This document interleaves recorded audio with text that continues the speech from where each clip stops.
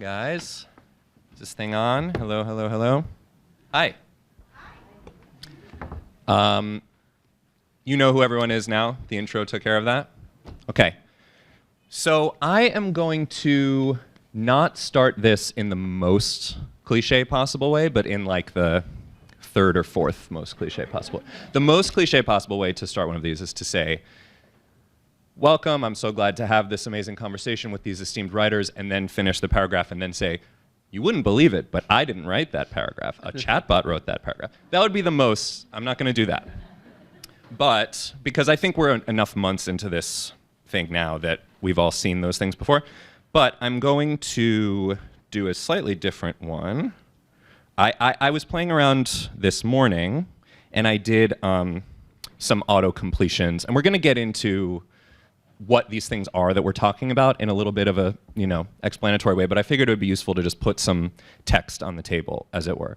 And if this gets dreadfully boring, I can stop. But I basically took a couple of sentences and went to a couple of these chatbots and said, I'm going to start off with a sentence. Can you keep writing in that style? And we're just going to see, because we're going to be getting into whether and how this thing can write, what came out. So the first one I did, there's a fantastic E.M. Forster story called The Machine Stops, which is still sort of classic of the genre.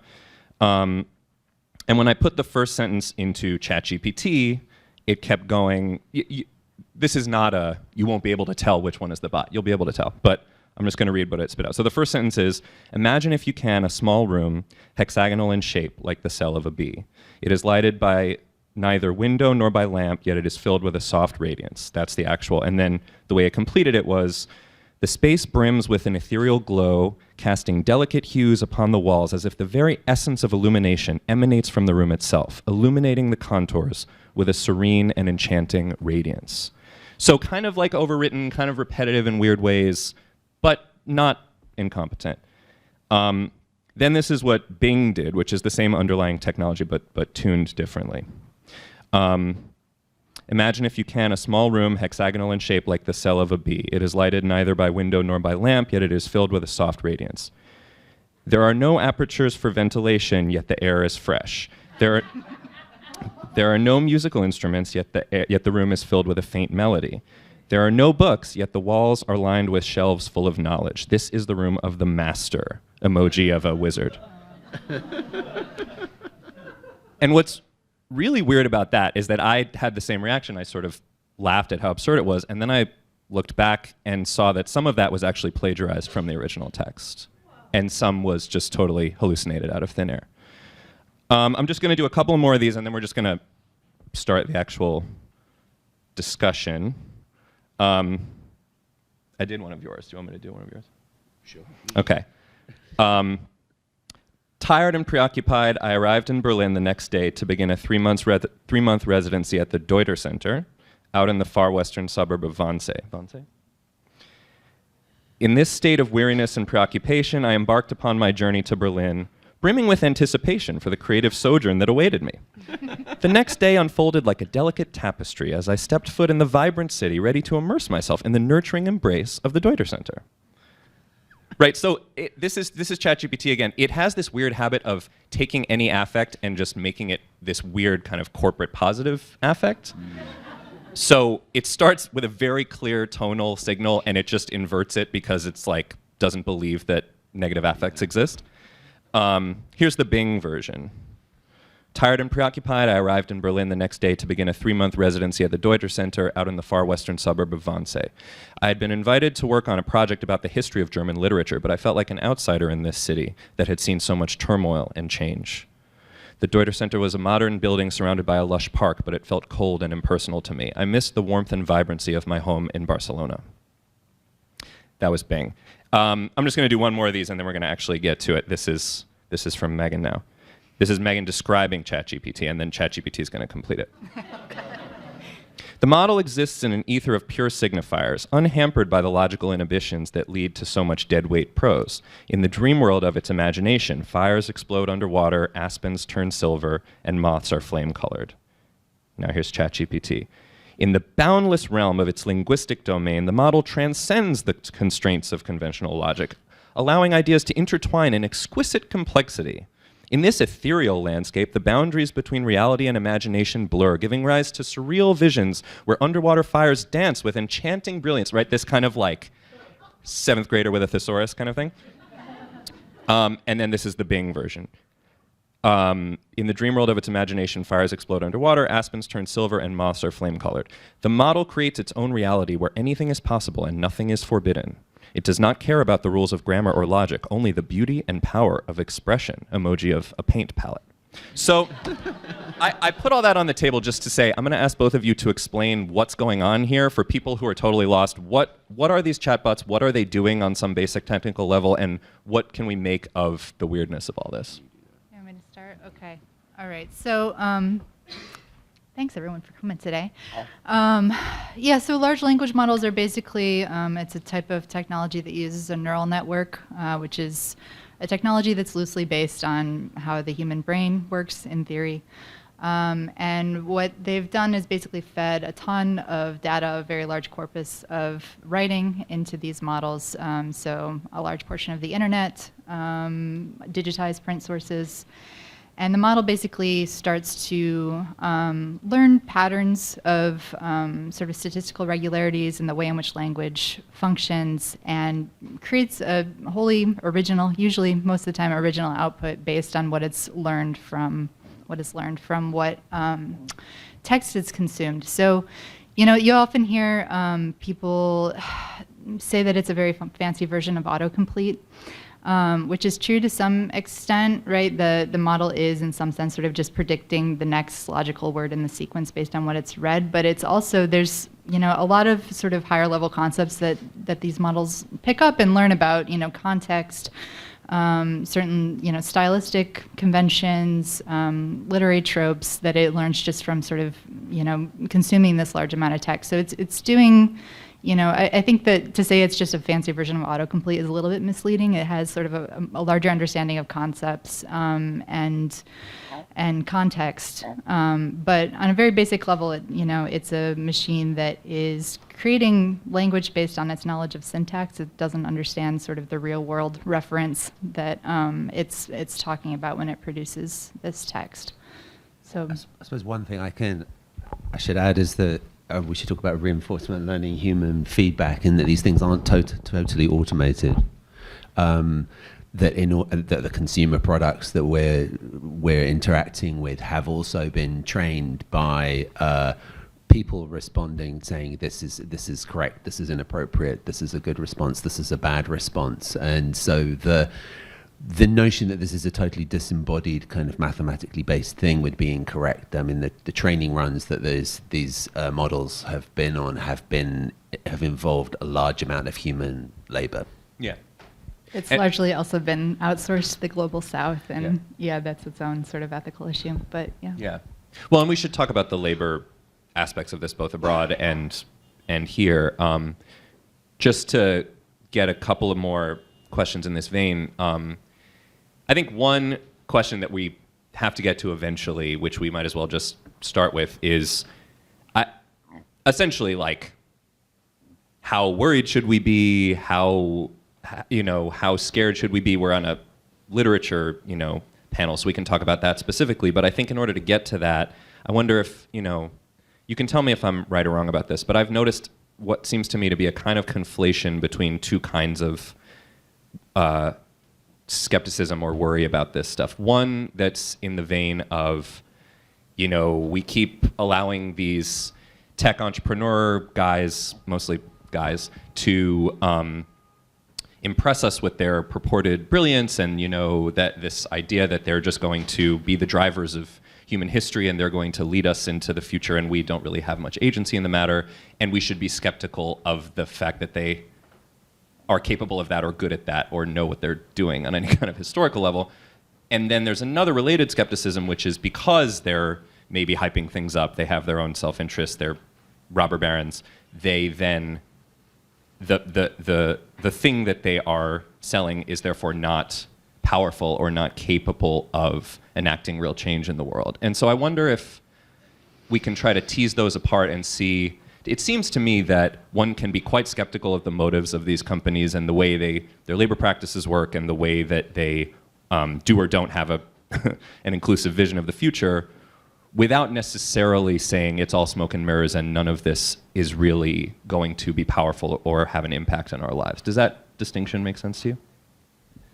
Sure. I mean, I think there are two sort of broad categories of risk that we're thinking about, and they're quite ideologically loaded as well. I mean, the one that turns up from the top is usually AGI, artificial general intelligence, the idea that these models are some sort of stepping stone towards machines that will in some way supplant us or might have purposes of their own that are orthogonal to ours. And it's very interesting to see how many leaders in the field are hyping this at the moment. I mean, it's too much of a deviation from our topic, I think, to go into that too much. But I think we should be quite skeptical of the idea that the LLMs in themselves are a stepping stone to AGI, and that we should ask the question, like, why. There is an element of I alone understand this, I alone can fix it. That if our feelings about these, what we're supposed to do policy-wise about these models, are orientated around this notion of existential risk, then a great deal of power is handed to the experts in the field and the people who are running the companies. Now, the second kind of category of risk, I think, is more immediate, and is it's basically a kind of enclosure. I mean, the illustrators are seeing this immediately. The Midjourney and other visual models are being trained on a large corpus of work that has been scraped from the internet without attribution and without payment, and is now being used to supplant their labor and to replace them.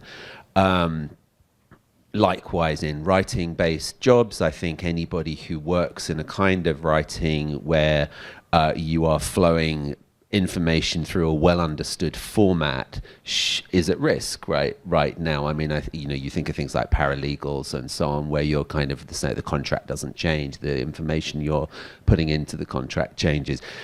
So there's an immediate issue about labor and about the kind of the change in the labor market, and you can see the dollar signs glinting in various people's eyes as they realize the wage savings they feel they could make once they have their own model to do the work for them. So those are two kinds of risk that we could talk about. Yeah.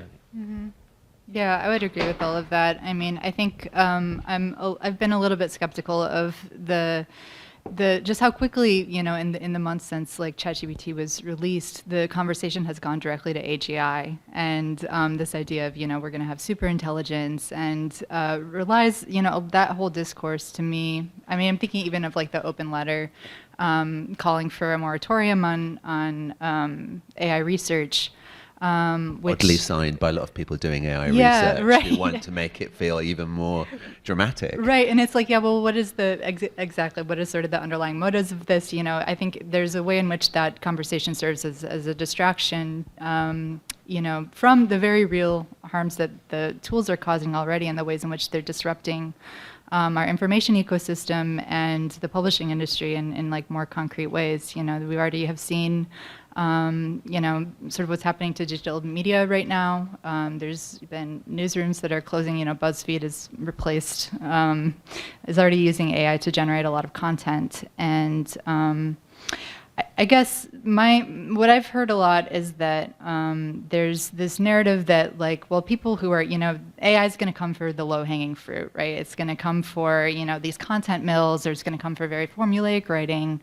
And people who are doing really high quality, literary stuff are going to be safe. And for me, I don't think that that's really a clear distinction. I think, we all are sort of in this economy together. I write for these news magazines that are now going to be, disrupted by this technology. And, I've done copywriting and ghostwriting in the past. These are, sort of the first aspects of writing that are being transformed, I think, and are going to change quite a bit due to language models. Yeah. Well, and you also wrote in one of your essays at one point, when people say these bots can never reach the transcendent heights that literary writing is able to achieve. I always want to ask them, what literature are you reading? So, so I mean, there is, I see your point that these lines are not as firm as we'd like them to be. I mean, I guess there's two ways I want to go with that. One, I just think we should talk about this in the immediate context of the WGA strike, and what it means that has become kind of the big, it seems, sticking point in that negotiation. And then more broadly, I want to get back to this question of, whose literary voice is so irreplaceable that it's safe from this. But yeah, I mean, accepted, present company accepted. Wish. But it did not nail your voice. But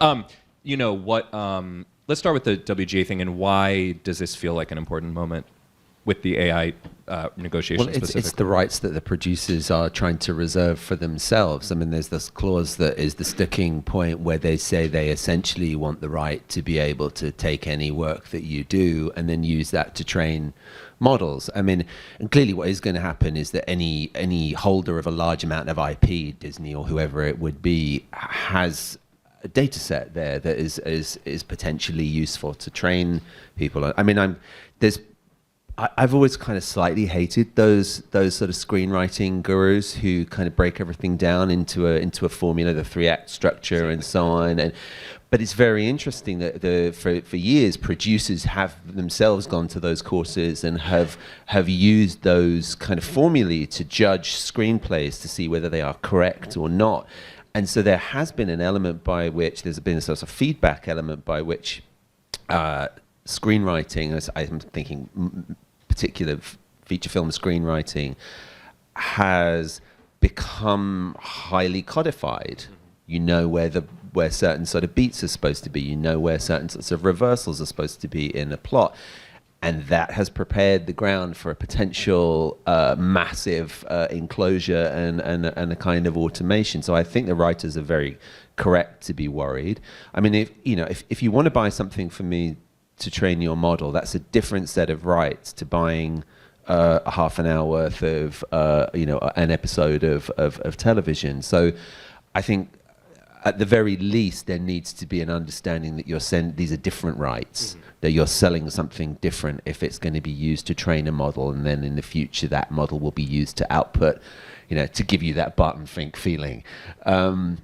And so I think we should all be supporting that strike, because I think a lot of the what comes out of this negotiation will form precedent for other people in other creative fields. Yeah. It's a lot of interesting stuff going on right now with copyright, and there's a lot of mixed messages about whether you're allowed to even opt out of these models as a writer or an artist. All of the major language models and the ones that are producing images and film and everything are trained on the work of writers and artists. We weren't asked if they could use our work for the training set. We're not given attribution for it. We're not given compensation for it. And the Authors Guild is doing some interesting work right now, where they've been meeting with Congress and trying to figure out a way, if there's a way to work on some sort of collective licensing agreements, where something similar to like what's happened with music streaming, where you sort of bring all the stakeholders to the table and figure out if there's a way for authors to get compensated if they are included in this training set, or just opt out. Some people would prefer to opt out, if you don't agree with how the technology is being used, or if you want to make sure that your work is not included in a training set that's going to be used to replace you at some point. And the tricky thing with a lot of like OpenAI won't release what's in they haven't said what's in their training data, so you can't tell if you're in there or not. Some other of the visual models like Stable Diffusion have said that you can opt out, but then when people actually do try to opt out or say that they don't want their work used, they're sued for it. And so there's a lot of stuff that's still being worked out with the legalities of it. But I think there's one thing that the Authors Guild has suggested is like putting a line in your contract for writers, saying like, I don't want, my work to be used for training purposes, or looking for language in contracts that say, that your work is going to be used for research purposes or data mining or internal purposes. It's a question of how you'd even audit that. I mean, Yeah. that's the issue, though, isn't it? How would you, if they breach that, how would you tell? Well, yeah, and there's no accountability right now, And the amount of stuff that's already been sucked into these models that, there may have been no way to find out whether the machine stops was in the training model except by querying it and seeing. And even now, because of the lack of transparency with how these things work and the lack of legibility to even the people who code them sometimes, I don't know that anyone knows, why did it plagiarize the next two sentences in the text and then start hallucinating after that? There may be no one on earth who can answer that question. So what's already been sucked into the model and how it's using those models are illegible potentially to everyone. So I guess one question then is, you, Megan, in your book, you write about patternism as a kind of counterintuitively, we think that the fact that we can't step into the same river twice makes things more impermanent, but there's a sort of counterintuitive way of thinking of it that makes it more permanent. That it seems, I don't want to, badly paraphrase your observation, but that there's a way in which the fact that our cells are always being replaced, the impermanence of the world actually, in a sense, makes us more permanent because it answers the question, what makes us a consistent self over time in a way that doesn't depend on the permanence of every cell. And I guess there's a question about patternism with regard to the writer's voice also, that the fact that we have these machines that are sort of clunkily, weirdly pastiching different people's voices, and they're better at some and worse at others, and if you tell it to write early Bob Dylan song about there's a hurricane coming, it can do that kind of passably well, and it won't be Bob Dylan, but it'll be close enough. I guess the question is, other than do we feel vaguely creeped out and uncanny about all of it, is there a sense in which if you opt out, if you sort of take the Bartleby approach and say, keep me out of the data set, are you opting out of the only kind of impermanence that will be available to the writer's voice in some potential future? In the sense that you're not going to your voice is not going to make it into this model that's going to be producing all of human literature in the future. I guess the vision is like, we actually, extinguish ourselves as humans, but the model is, spitting out friendly witticisms about subways that no longer exist for eternity.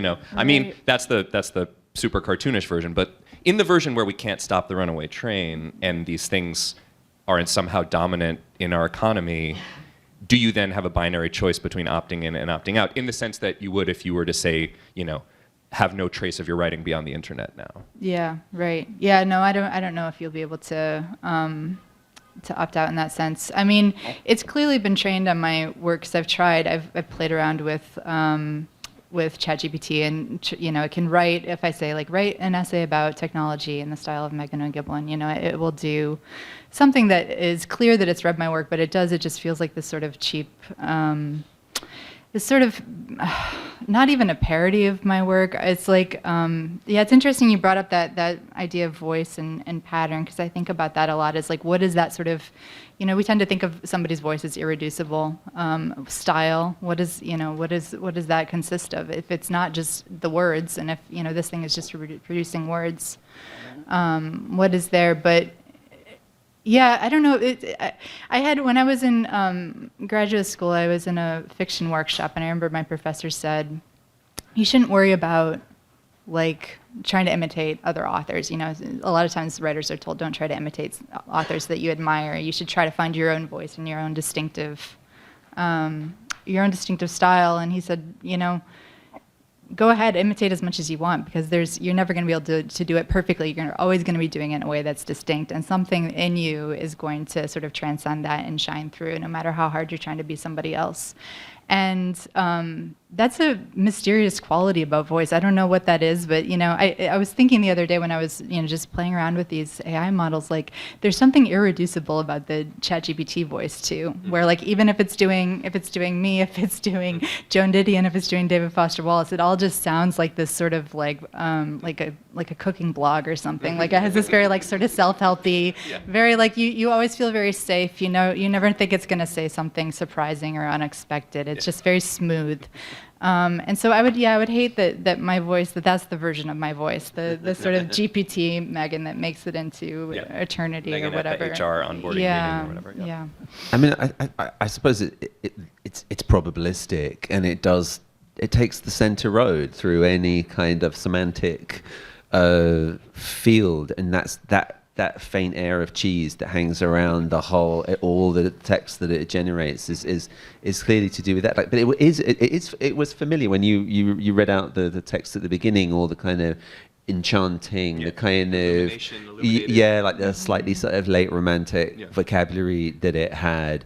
It's characteristic of the output because it likes to be upbeat. I mean, GPT-3, when I was trying to get GPT-3 to tell stories, and especially stories with conflict and violence in them, and obviously because of guardrails and so on, it's very suspicious of you when you sort of say there's a dude with a knife at the end of the dark alley. And that iteration, it was almost incapable of sustaining any kind of conflict. It would be, and it all worked. It turned out it was his brother, and everyone went home happy. Nothing to see here, and it got very nervous immediately, and then closed down the narrative. And 4 is much more. I mean, 4 is much more willing to kind of seems to understand, especially if you frame it as this is a piece of fiction, and I need you to describe a murder. It will up to a point go and do that. But I mean, it gets this old sort of T.S. Eliot thing about tradition and the individual talent, that in some way we are channeling the resources of prior generations and the tradition, the literary tradition, as it comes up through us. And I suppose if you kind of squint slightly, you could see that the corpus that these models have been trained on stands in for tradition in that sense. But there's something about the averageness of it that because I started off, a few months ago, I thought I'll try and write something with this, and I hated it so much. Every time I'd sit down to do it, I was like, I don't like this. I'm not enjoying it. There's badness here, and it is to do with that flattening out and so on. I mean, it's not to say I can see ways forward, and I can, especially with things like chance process. There's a venerable tradition of literary writers using aleatory processes of one sort or another to generate text, and you can see that using a language model could be a way to do a sort of Oulipian kind of thing or something like that. And I'm sure that's an interesting direction for some people to go in. But I'm also concerned about what happens if this is the matrix inside which all our thinking and our imagining is going to happen in the future, and these grooves have been pre-dug in some way.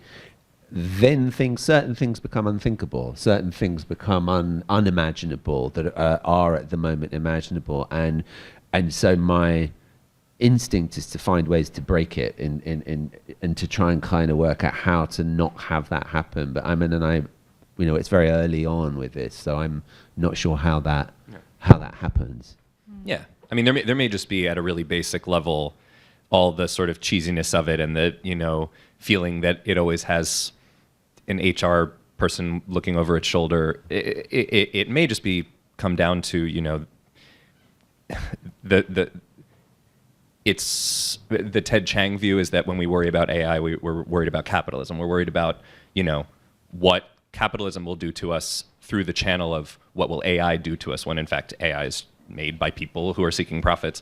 And it seems that the reason it makes bad art is because the immediate commercial incentive is always on some level going to make bad art, right? I mean, it seems like it may be no more complex than that. I mean, I guess then I wonder, so Megan, your book is metaphors in the subtitle. A lot of it is about how metaphors kind of backfill our thinking on these things, which is itself a metaphor. I've found since reading that this whole, influence, and even if you're imitating something, you still come through, and all these things. I've found my own thinking on that has been now conditioned by the AI training metaphor in ways that it was not infected by that 6 months ago. And so I wonder, I used to sort of amorphously think, oh, if I read too much of this thing, then I'll sound too much like that. Now I just think I'm corrupting my training corpus. And that's very, like, I can't think of it any other way. And so I wonder if you, has your metaphorical internal vocabulary on this been changing even since you published the book? Because these things are changing so quickly. Yeah. Well, the joke now is that whenever somebody's going on for too long, you just say stop generating. Stop generating. No, right. Yeah. This vocabulary is kind of just like Too many tokens. Yeah. Well, and I think a lot of my book was about how we these metaphors that we create between our minds and technologies, which we've been doing forever. The mind is like a computer. It's like a telephone system. It's like a chariot. This goes back very far. It seems like the dominant metaphor with LLMs is now the stochastic parrots, right? That this was a term that was initially used in a paper that was very critical of LLMs by some Google engineers. That these models are just stochastic parrots. They're using statistics to sort of just mindlessly regurgitate things that they've read in the past. They're not actually thinking. They're not actually being creative, right? Which is an important point to make. But this is totally ricocheted back onto humans now, where, I think it was like 3 days after ChatGPT was released, Sam Altman tweeted, "I'm a stochastic parrot and so are you." So this idea that we're just doing this as well, and like this is not a new idea, it's like this is like a basic tenet of like post-structuralism, like that we're just sort of, or even like Russian formalism, these sort of academic disciplines that revealed that a lot of, if you break down like any story, you can find sort of the building blocks of narrative are all sort of there. There's sort of a formula, even in very sort of high-level literary stuff. And I've encountered a lot of writers, who are writing about LLMs, talking about how, sure, I'm just also, just sort of remixing and reconfiguring everything that I've read, and I can spot in my writing, like, where, I've sort of got a certain sentiment, or like what writer that I love that I picked that up from. And that's true, undoubtedly, but I think that also, when a human is doing that, like, I don't know, the thing that makes writing, to me, interesting, writing by humans, is that, there's some sort of, what is it that drew that writer to those influences in the first place? And that's different with every person, right? A human has a point of view. They're not just hitting, trying to hit some sort of statistical average.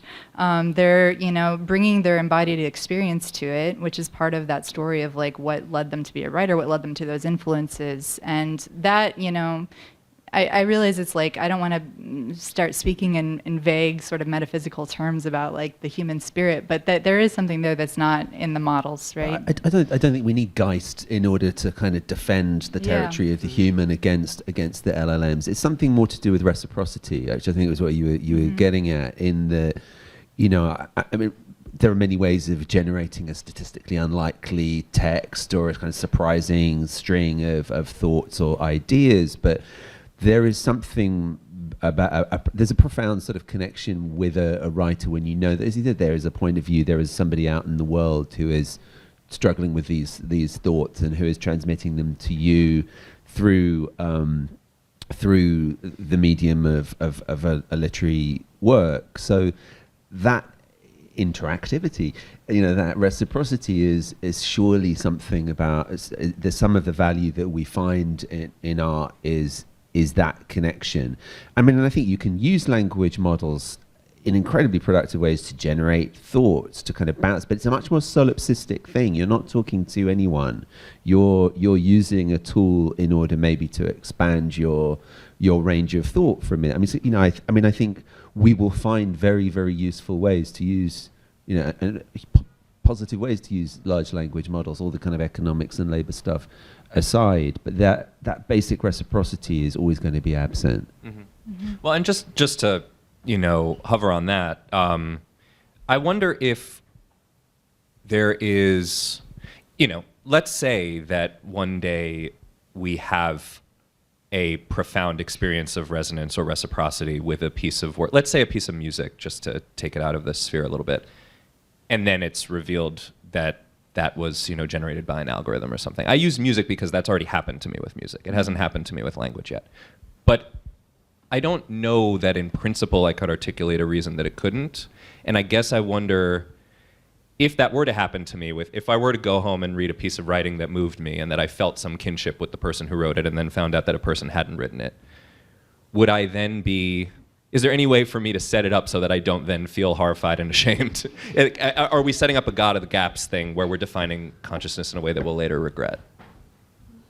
Yeah, you see, I mean, you get into all this deep territory about computational theory of mind, and I suspect that a lot of the sort of Sam Altman kind of people do think that the brain is essentially a sort of Bayesian machine, and that there's no need for anything kind of more complex and kind of understanding what that is. I mean, I'm guessing the piece of music wasn't a song; it was an instrumental piece of music. So there's an element of abstraction in that. I mean, in the way that a lot of people have been very charmed by the Rafika doll generative art at MoMA as well. And yeah, I'm thinking on the fly here, so there's a sort of placeholder that I think there might be something different about the experience of certain sorts of art like that is different from, I don't know, your Bob Dylan song or some other kind of thing where that reciprocity with a human voice or a human experience might be more central to the kind of art. Yeah, I don't know if I have an answer to. I mean, I've been asked that question a few times, and I don't know if I've come up with a satisfying answer. But yeah, that if you found out after the fact, that's what's interesting, right? Yeah. And maybe that reciprocity or that sense that you are communicating with another mind, like maybe that is just purely an illusion, and that's something that can be synthetically generated.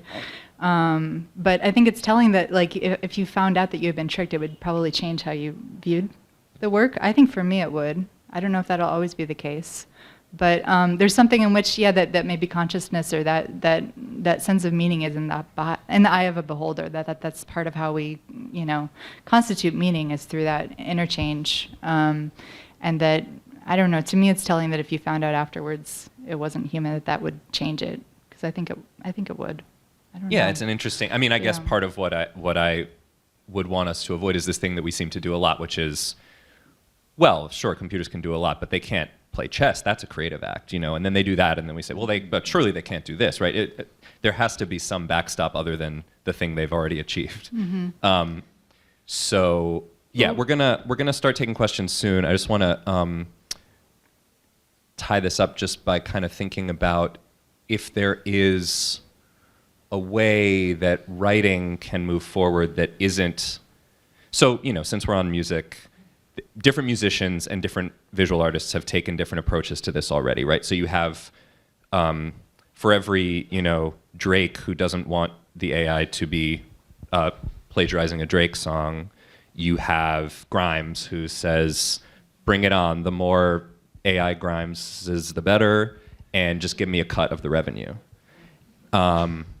And with writers, I think there are going to be a lot more Drakes than Grimeses, if I had to guess. But so I guess then the question, both descriptively and prescriptively, is there any way that we can see forward to not... I guess the question is, the art versus commerce thing is not going to change, but is there any creative way to make this stuff, to make our peace with this stuff, other than, like, can you imagine the Grimesiest version that a writer could do, or does that just seem off the table? No, I think there are plenty of ways forward. Yeah. I mean, again, leaving aside the how on earth do you make a living side of it, and the fact that you're downstream of a model owned by Sam Altman, I can imagine you could train yourself some interlocutors, you could train yourself characters, you could train yourself models with particular registers. You could be essentially in a much more of a kind of conductor and orchestra kind of role with regard to sort of text generating modules, and that's certainly a way I would be interested in exploring. I absolutely don't think we're in a kind of break the machines kind of situation. I mean, it is going to be very challenging for certain sorts of, let's say, big R romantic notions of subjectivity, and especially of kind of sort of creativity as an emanation of a spirit. But I mean, as we get more comfortable with ourselves as sort of being embedded in the world, and that the human in that kind of sense gets slightly displaced, which is kind of a good and useful thing in many other areas of life, thinking about our relationship with the environment, for example, I think we will get more comfortable about having particular R models. We'll have things on our desktop that will do certain things for us, and I think that will be empowering and positive and lead to kind of good things. But I mean, there is just this elephant in the room about ownership and enclosure and profit. Yeah, I was thinking about the Grimes model and whether that could apply to writers, where her approach is just basically, take my voice, do whatever you want with it, and that she's going to split the royalties with anybody who uses it, right? I mean, the writerly voice, like the voice in prose, to me is not as distinct as as one person's voice. Like, you recognize Grimes's voice whenever you hear it, right? It can, and I guess with writers, even writers that I can think of that have a very distinctive style, I don't always recognize them on the page, or it's not always easy to say like that's theirs. And style is also something that's not really. It's not covered by copyright, it's like, it's a little bit different, I think, for writers. And I guess, too, the idea of like that possibility for writers. I mean, like, how much longer is it till they don't need us in the loop anymore? When the models have been trained on enough content, like, why do you need human writers to keep producing things to train these and to make them better? So I guess that's my fear about it. In terms of like using the models in a few ways, or like in creative ways, or how I might. I've tried. I've had different models up on my desktop for many months, and I've played with GPT especially for a couple of years, and I just haven't found anything yet that it's been able to do better than I could do I think there's a way in which I'm interested in people who generate stuff and then write over it, which I think,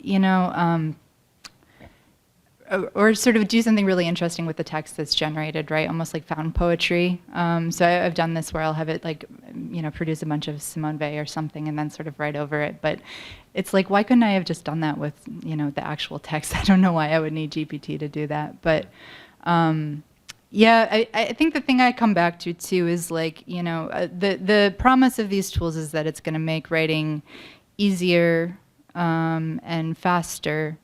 And to me, I've never found the difficulty. I find writing very difficult. It's the most difficult thing I do. It's the thing that that requires the most focus and the full breadth of my attention.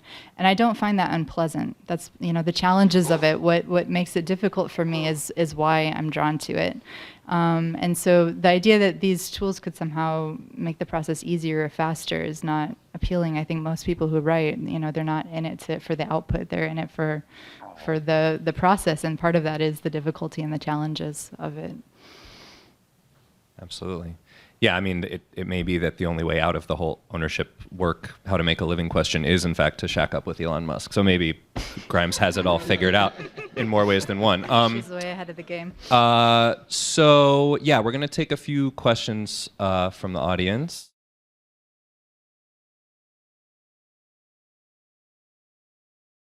I'm thinking about a way that art history is sometimes told, and wondering if you see a parallel, which is that when artists were essentially painting lush reproductions of someone's image and were able to be supported in that way, that was one way of making art. Once photographs came to be, they became facsimiles, and art had to develop a completely different way of approaching it Do you see that potential here? And what way do you think writing would change as a result? I mean, various people have already published sort of AI fiction of one kind or another, and you know, again, I've come to it with a very sort of, you know, open and positive spirit, and have ended up like kind of drifting away very quickly. You know, I mean, what I said earlier, I think this idea of orchestrating a kind of group of modules or tones, you could kind of maybe, I mean, I had a good go at trying to get myself a sort of ChatGPT Blake going, for example, and it was not bad in certain ways. It was very sketchy and lied to me a lot about things that it was or was not taking from William Blake. But I could imagine you could have certain sorts of tones that you could use to generate on your desktop, and then harvest from those and make work like that. That seems to me a possibility. I mean, for me, I probably won't be the person to take that on, because I just like sitting in my room writing my stuff. Thanks, but you know, that's I'm located in time and space. I have a particular set of, you know, feelings about this, and other people will come along who feel differently. You know, art will change, absolutely. Yeah, I've thought about photography before as a precedent, and this idea that, yeah, you know, once you had something that could do, you know, representational images, then we have Impressionism, Minimalism, Cubism, like all of, you know, art really exploded after that and got really weird. And I would love to see something like that happen with writing also. There's another model too where the writing kind of gets sucked into the machine. Like I'm thinking of like Nietzsche using I think he was the first philosopher to use a typewriter, and how his prose, which was very fluid and sort of extended, got very aphoristic and short, and also like really interesting, but it got sort of interesting not working against the machine, but sort of being dragged into the logic of the machine. So I think it could go either way. Yeah. I thought you were going to say typing just inherently makes you a nihilist, but yeah, I wondered about photography too, because, you know, both you have this idea that the facsimile exists and now we can move on, but yet you also still have photography museums and photography exhibits, and obviously it changes, but I do think on some fundamental level, I'm sort of just thinking this as we're talking, the having some clear idea of what the distinction is between art and commerce is kind of what matters, whether you're using photography to show you what the hamburger looks like before you buy it, or whether you're using photography to, in some sense, be an art form, is really the question, and it's not answered by the actual technological medium, it's answered by the way people use it.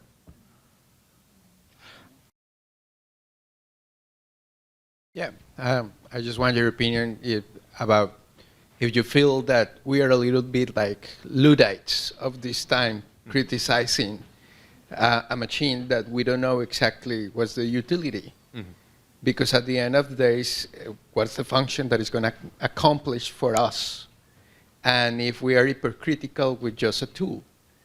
And the other thing is that you were talking about the way that we teach this to say, this is good, this is bad, this is a bad answer. He's not a little bit more an editor than a programmer?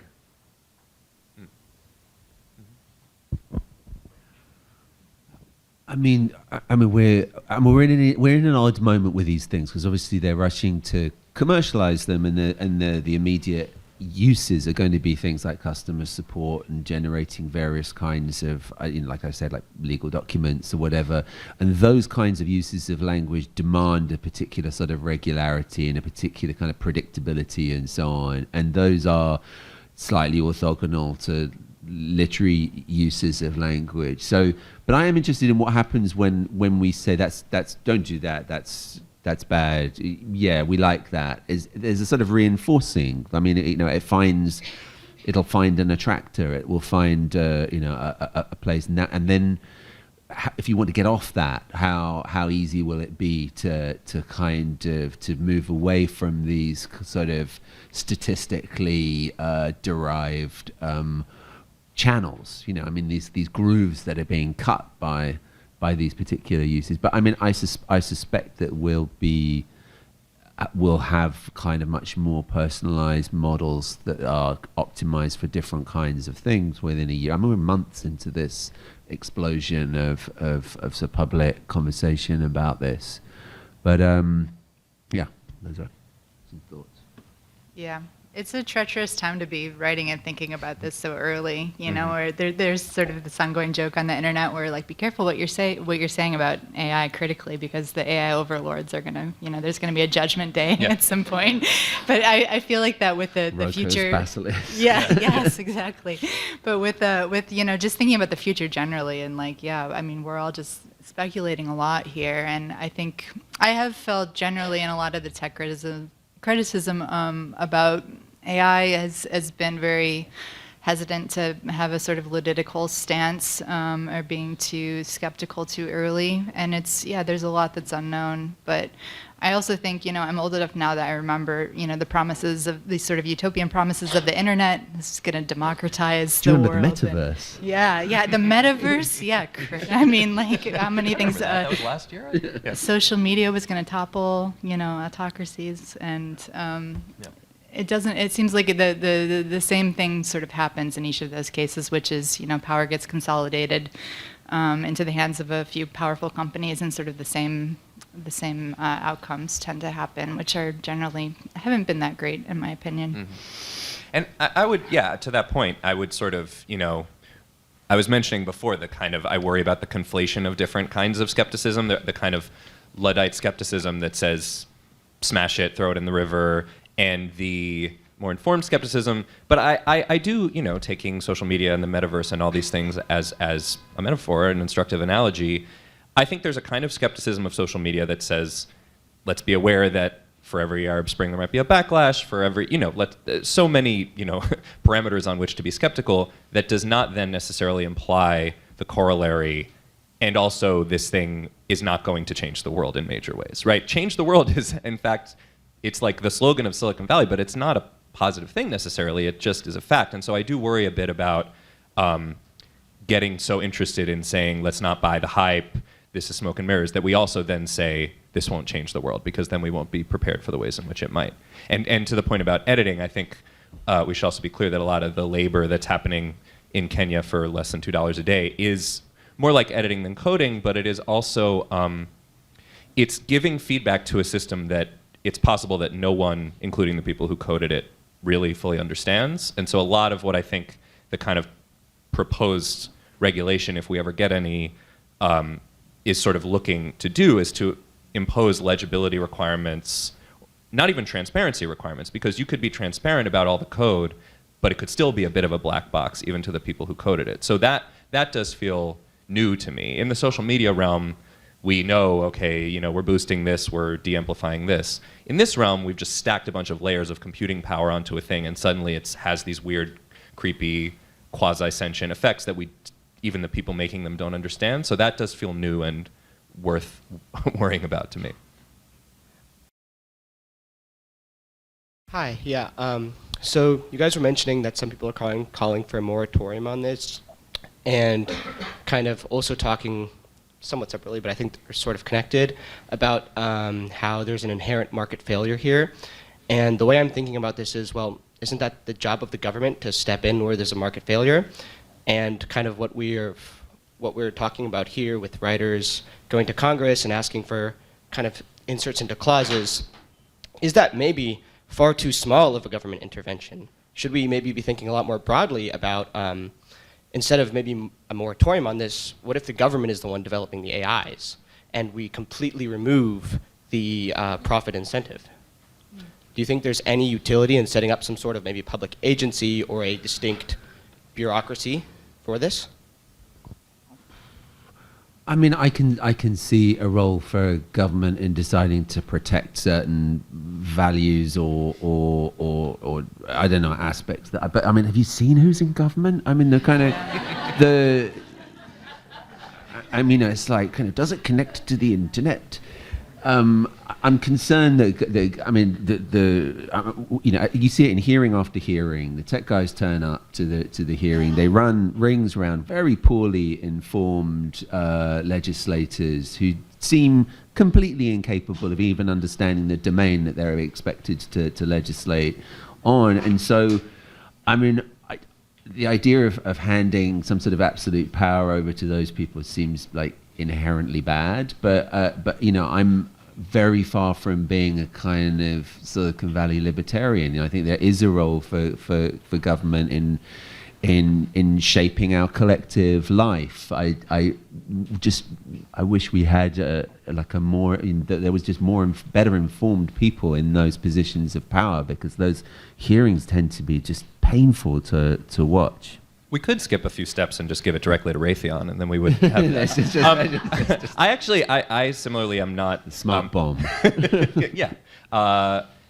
Government, I do think, has a role to play, and I don't think, you know, the regulatory stuff is many steps away from being solved by anyone, but I do think that one way that I've heard it framed nicely by Emily Bender, who is on that sort of stochastic parrot train, is to say, you know, you often hear from the tech people, oh, this is moving so fast, regulation can't keep up, and for good reason, that there are, you know, people in government who don't understand the thing. How can we let them regulate it? And her point, and the point I've heard made elsewhere, is, you know, our rights as citizens don't change because technology is moving quickly. So if you have a right to be protected from certain kinds of monopoly power, if you have a right to be, you know, truth in advertising, all these, we don't have much of a regulatory state left, but we have some things. I mean, I think antitrust has a role to play here, and a kind of revival of that tradition of breaking the monopolies of the railway barons would be quite a good thing for American politics to rediscover at this point. And it is also possible, just in principle, to say to these 4 or 5 companies, you have to be able to explain to us what these things are doing, and if you can't, then you don't get to make them anymore. And the response would be, well, then we're going to slow down, and then China. And I think response from the American government at that point could be tough luck. You know, this is the requirement. This is all hypothetical, but Yeah. I mean, it's interesting, the Chinese government response to AI development. I mean, they're very, very happy to regulate their tech sector, and they have put some brakes on their AI people that seemed like it would be very hard for them to get to the point that that OpenAI have got to under the sort of strictures in terms of discovery and auditability and outputs of various kinds that the Chinese government wants. Sorry, I cut you off. Yeah, no, I agree with everything that's been said. I mean, there's the government incompetence. There's also, like, you know, these tech companies have a revolving door with Washington. They've spent $70 million on lobbying this year, which is more than oil and gas has, and that's just, you know, what they have to report. That's not like the stuff that's going through nonprofits and you know, dark money and all of that. So you know, there's a lot of lip service to, like, we want regulation. You know, we're putting these tools out here so that people, you know, we can start a conversation about it, and you know, we want the governments to have a role. But I think at the end of the day, if you follow the money, that's not really the case. So yeah, I don't know. That's all I have. Hi. I've been thinking long and hard since this WGA strike started about what the future of writing looks like. And you're talking about a world in which AI can't have that writer's voice, right? But can you even imagine a world where, let's say the WGA, hopefully it doesn't happen, but let's say they lose on this point, right? And so that they're allowed to feed every screenplay in, and they're allowed to do this, right? But what if that creates a division between the studio system and, like, an independent system? And what if the same thing happens in publishing, where actual authors and actual writers are creating content in an entirely new commercial system that is separate from, like, the cheap AI reads or the cheap AI screenplays? Like, is that something that you think could happen? And can we also, I don't know if we said what the sort of terms of the negotiation are in you know, like, what is the WGA negotiating over with AI? Oh, did you want to just clarify? As we frame, like, what might happen, just so everybody's on board with, you know, when we talk about feeding writing into different models, what are we talking about? You probably know more about Well, the WGA I mean, stuff than I my do, understanding is that the writer's position at the moment is they want the producers to undertake not to train on anything that they submit for as work, and also that they will not be expected to basically be doing polishes on material that has been initially generated by an AI, and there has been no give from the producers. It's clear that that's exactly what they would like to do. And I would imagine that right now somewhere in Los Angeles there's a server room full of and somebody kind of feeding screenplays into the into the mouth of this thing. I mean the issue is volume. I mean, this is I was listening to a podcast where somebody who's done a lot of AI writing was saying, oh yeah, I wrote my book in a few days.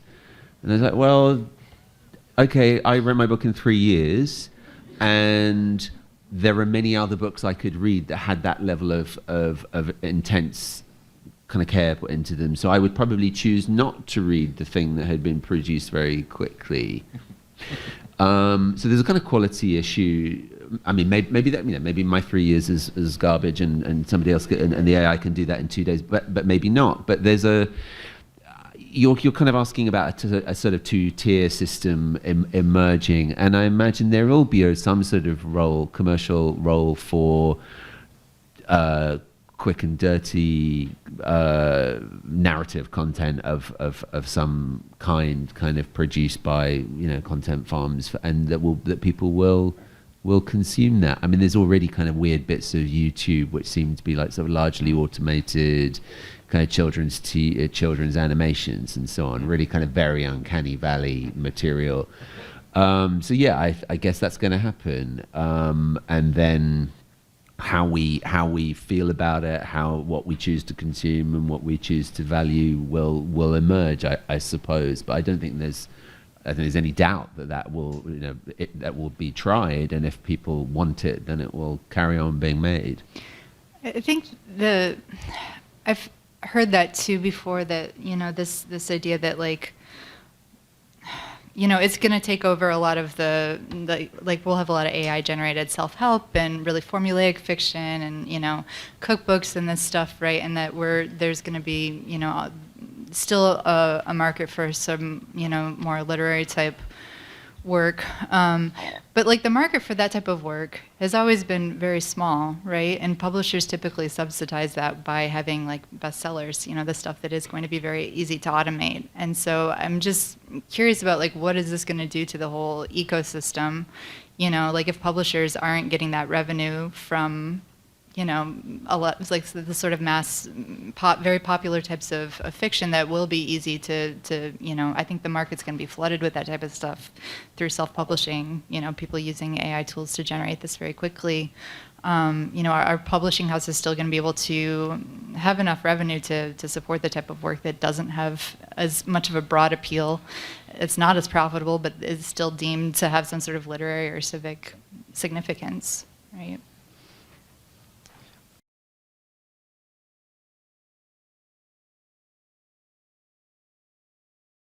Besides creating this generic literature and things like that, what do you envision for the future of education when students are able to submit all of their work this way and are not producing any of their own thoughts anymore?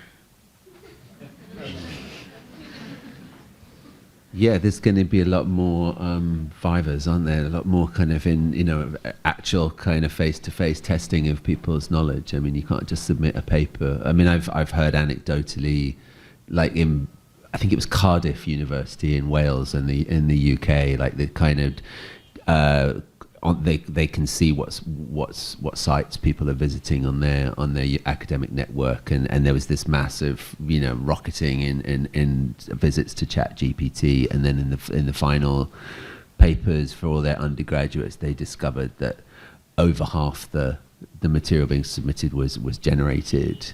I mean, including things kind of with the prompts left in, and then the first sentence of the term paper is, as a large language model, yes. I cannot. So if you're gonna plagiarize, you've got to be doing a little bit better than that. But I mean, yeah, it's clearly a moment of crisis for educators, and what constitutes knowledge and what doesn't is in play right now. I mean, like, none of us remember phone numbers anymore. We used to know phone numbers, and we've outsourced that, and that the sky hasn't fallen in. So it's a question of what can be successfully, everted or outsourced to our tools, and what we actually need. And what we certainly seem to need is critical faculties, even if, we can grab the information quickly. Like, if we can't analyze it, that's still stupid. So I think, we've got to reconceptualize what education and testing mean, and that's, it's got a lot of work. Yeah. There was a lot of hope for a while about using AI tools to decipher if students are using AI writing, Turnitin, which detects plagiarism, has come out with a AI detector, but it only works half the time. So there's a lot of false positives. So then you have this other problem. So yeah, I have a lot of friends, and my husband teaches at the university, and they're trying to come up with these sort of stopgap measures, like doing in-class essays. Bring back the blue book. We're gonna have it. To me, that doesn't seem like a long-term solution. I think it is going to be a more seismic change to the model of freshman English. What is that going to look like? I think it's going to be very different. I'll just try to I wrap us up on a note of not utter despair, because Are you going to do all that kind of chat GPT positive language now? The room was illuminated with extravagant evanescent ideas floated around. Yeah.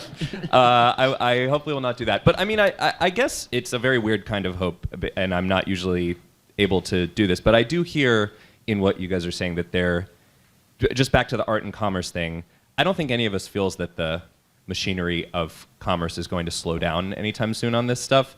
And these companies keep telling us we don't want to be in an arms race, and then they keep accelerating the arms race. So I'm not going to say that will stop. But for this particular conversation, I think, Megan, as you point out, this art has always been a kind of barnacle on the side of capitalism, and that's just how it's always been designed. And capitalism keeps changing, but it's always been, there's a patronage model, we try to write things on the back of classified ads, and then that gets blown up, and we try to write it on the back of a targeted advertising, and then now that gets blown up. And so I don't actually know that the fact that the model is changing means that the tiny subset of literary books that take 3 years to write will go away. I don't know that it won't, but I do think that it's never been where the publishers make most of their money anyway, which in our case is good news. If somebody can make the auto-generated thing and a publisher can figure out how to own that and use that to subsidize the other stuff, because there were stories about how you can get all the fanfic you want anywhere on the internet. There's no more publishing industry, and that didn't happen. So I just want us to leave here going, the barnacle might survive. I think that's all. Thank you, guys.